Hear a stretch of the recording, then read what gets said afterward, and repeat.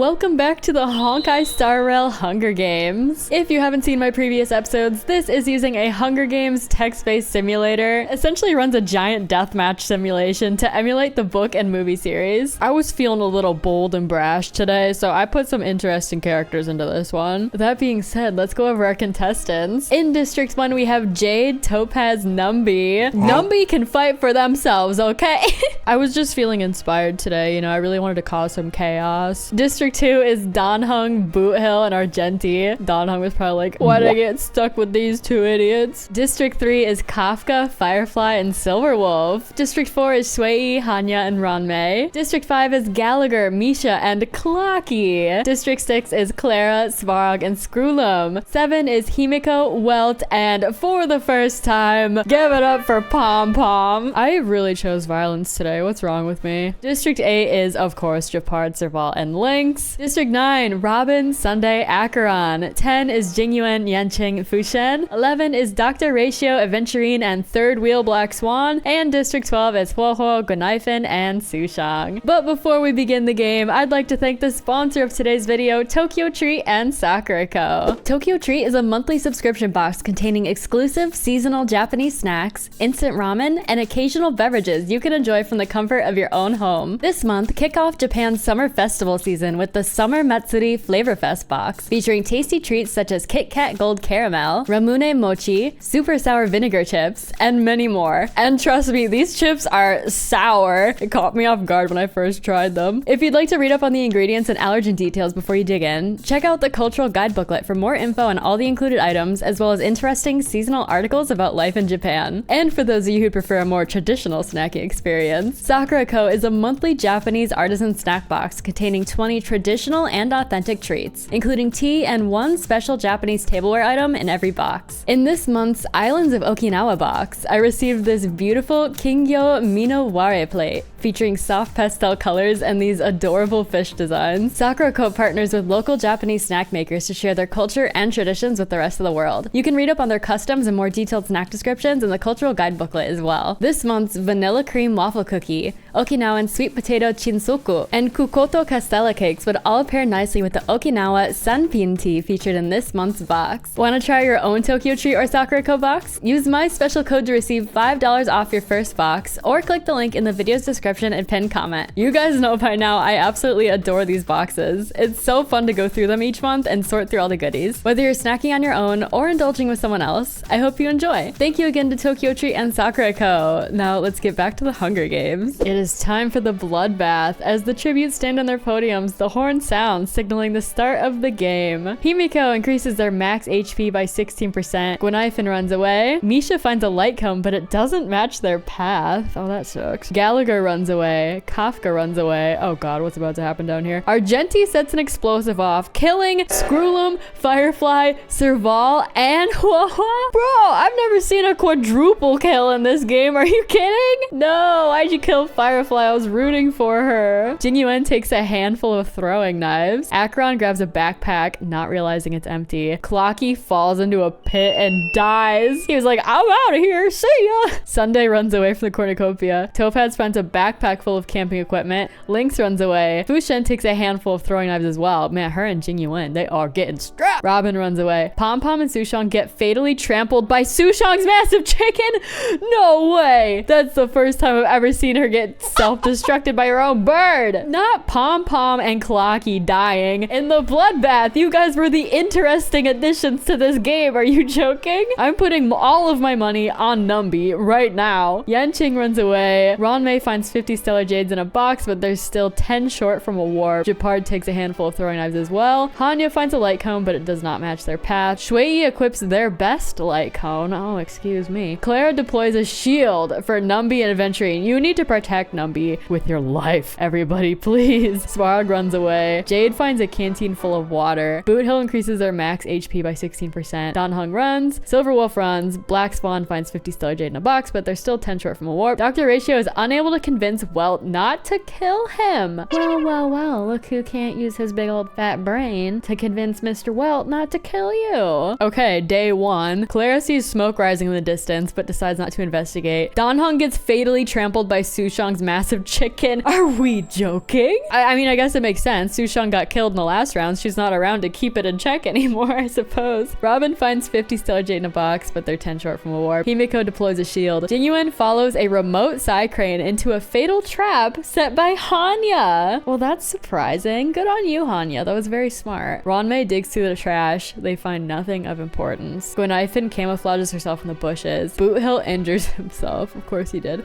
Akron thinks about Wubbaboos. Black Swan forces Fushen to kill Topaz or Gallagher, and she decides to kill Gallagher. I would not trust him either. I do not blame you. Well, injures himself. Sunday finds 10 stellar jade in a box, but it's not enough to make a difference. Who's just hiding boxes of like scrap stellar jades everywhere? Shui runs into a Wubbaboo in the woods. It asks Shui to go fetch some water. They decline the request and run away. Japard and Numby get into a fight over who the best Landau sibling is. Japard, a Link stan, shoves Numby off of a cliff! No, Numby! Japard, why are you a Link stan? You're a part of the conversation. Also, what's wrong with you? Throwing an innocent Numby off of a cliff. You should be ashamed of yourself. I hope Topaz beats your butt next round. Svarog scares Yanqing off. Lynx receives clean water from an unknown sponsor. Kafka receives clean water as well. Silverwolf sees smoke rising in the distance but decides not to investigate. Jade is pricked by thorns while picking berries. Misha digs through the trash. They find one praise of high morals. Adventuring loses their 50-50 and pushes Argenti off a cliff out of rage. What? 13 cannon shots after day 1. We got some real winners in here. That is so sad. Night 1. Misha tries to sing himself to sleep. Sunday starts a fire. Lynx and Boothill exchange stories about their time aboard the Astral Express. Oh, that's nice. Yanqing destroys Himiko's supplies while she's asleep. Akron looks at the night sky. Svarog is startled by one of Herta's puppets who's standing around in the woods. I can't imagine Svarog getting startled by anything. He just nuke it. Like, he just blast it with his arm cannon. Aventurine thinks about home. Oh no, baby. That's so sad. Black Swan starts a fire. Ranmei is startled by one of Herta's puppets. Someone go collect those. Clara dies from an infection. Oh, it's because Svarog was too busy in the woods. Kafka, Jade, and Robin discuss the games and what might happen in the morning. Japard receives medical supplies from an unknown sponsor. Silverwolf, Topaz, and Ahanya discuss the games and what might happen in the morning. Fushen attempts to start a fire but is unsuccessful. Shui and Well exchange stories about their time aboard the Astral Express. Gwenifin receives fresh food from an unknown sponsor. Day 2. Misha tries to sleep throughout the entire day. Sunday, Yanqing and Venturine hunt for other tributes. Lynx makes a wooden spear. Hanya stalks Shui. Don't you dare kill your own sister. I will come for you. Robin fishes. Jade sprains her ankle while running away from Ranmei. Welt steals from Kafka while she isn't looking. Silverwolf and Himiko fight Fushen and Svarog. Fushen and Svarog survive. Yo, they just took out Silverwolf and Himiko. Boothill thinks about home. Japard convinces Topaz not to kill him, only to kill her instead. I'm sorry. Are you really Japard? Did someone let Sparkle in here? Cause you are not acting normal. Black Swan makes a wooden spear. Akron receives medical supplies from an unknown sponsor. Gwenifin sees smoke rise in the distance but decides not to investigate. Alright, good night to 4 more contestants. On to night 2. Kafka goes to sleep. Robin tends to her wounds. Shui's trap kills Gwenifin. Nice. Adventurine and Hanya hold hands.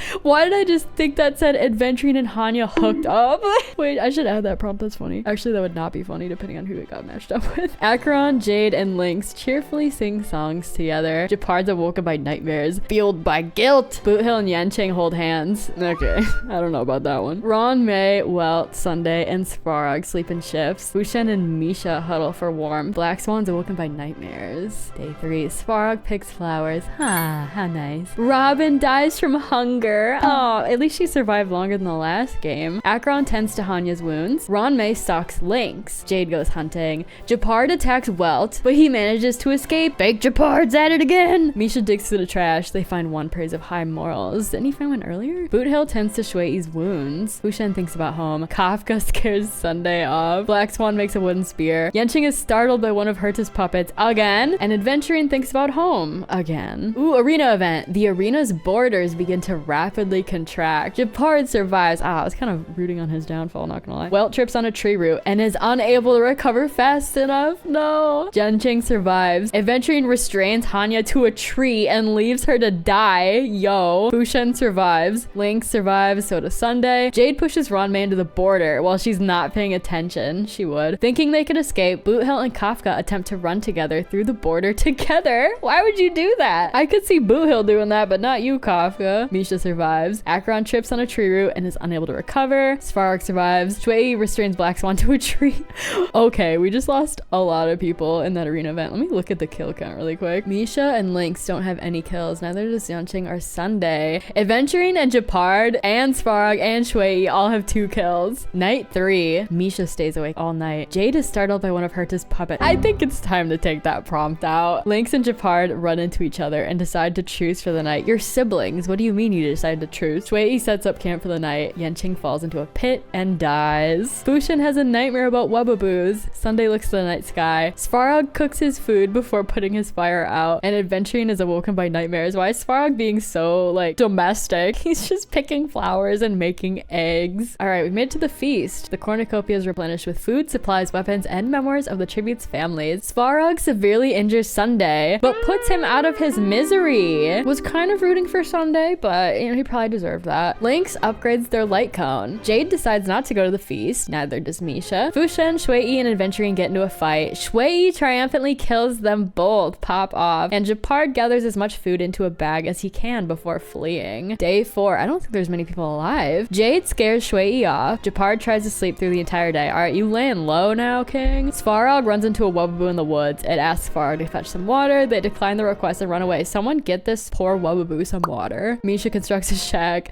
and Lynx goes hunting. 4 cannon shots. Alright, night 4. Lynx sets up camp for the night. Jade cooks her food before putting her fire out. Japard spears Misha in the abdomen. You are coming after, like, some of the weakest people in this match. And for what? Svarog kills Shui with a sickle. Okay, that's kind of sick though. Good weapon choice. We only have 4 people remaining. Svarog, Japard, Jade, and Lynx. Now, you know my money's on Svarog. My money is always on Svarog. But, you know, maybe Jade will be the underdog because she is on the new banner. If Japard wins, I'm gonna throw hands for real. Day 5. Lynx travels to higher ground. Svarog sprains his ankle while running away from Jade. And Japard is startled by one of Herta's puppets. Good, I'm mad at you. Night 5. Japard and Lynx get into a fight over who the best Landau sibling is. Japard, a Lynx stan, shoves Lynx off of a cliff. No, no, why would you do it? That doesn't even make sense. Jade has nightmares about Wubbaboos. Svarog receives an explosive from an unknown sponsor. Day 6. Jade attempts to climb a tree, but falls on Japard, killing them both. Yes! Yes! Girl, she took him out with her fat ass. Let's go. Oh my god. Does that mean Svarog? Yes! Svarog from District 6. Finally, my man, he has won the Honkai Star Rail Hunger Games. Anyway, that was insane. The final placements, Svarog in first, Japard in second, and all the way in dead last, we have poor Screwlum. That was one of the most dramatic rounds we've had in a while. I have learned I definitely need to take a couple prompts out of the rotation and throw a couple more in for next time. I simply cannot believe Japard, but at the end of the day, I'm very happy that my man Svarog took the crown. Let me know in the comments below if you have any other wacky and wild characters you'd like me to add to the next round. If you have any prompts as well, please let me know. Thank you as always for watching. I hope you enjoyed. Give this a thumbs up if you like the Honkai Star Rail Hunger Games and want to see more. Also, just as a side note, I've actually reopened my membership program. I'm going to be starting to upload some more exclusive members videos. Right now, I have ranking Honkai Star Rail characters based on how I genuinely feel about them, as well as a few other videos you might like to enjoy. Members also get occasional early access to some of my future videos and their name in my end slate. Thank you so much if you consider supporting. Thank you for watching this video, and I hope you have a great rest of your day. Goodbye.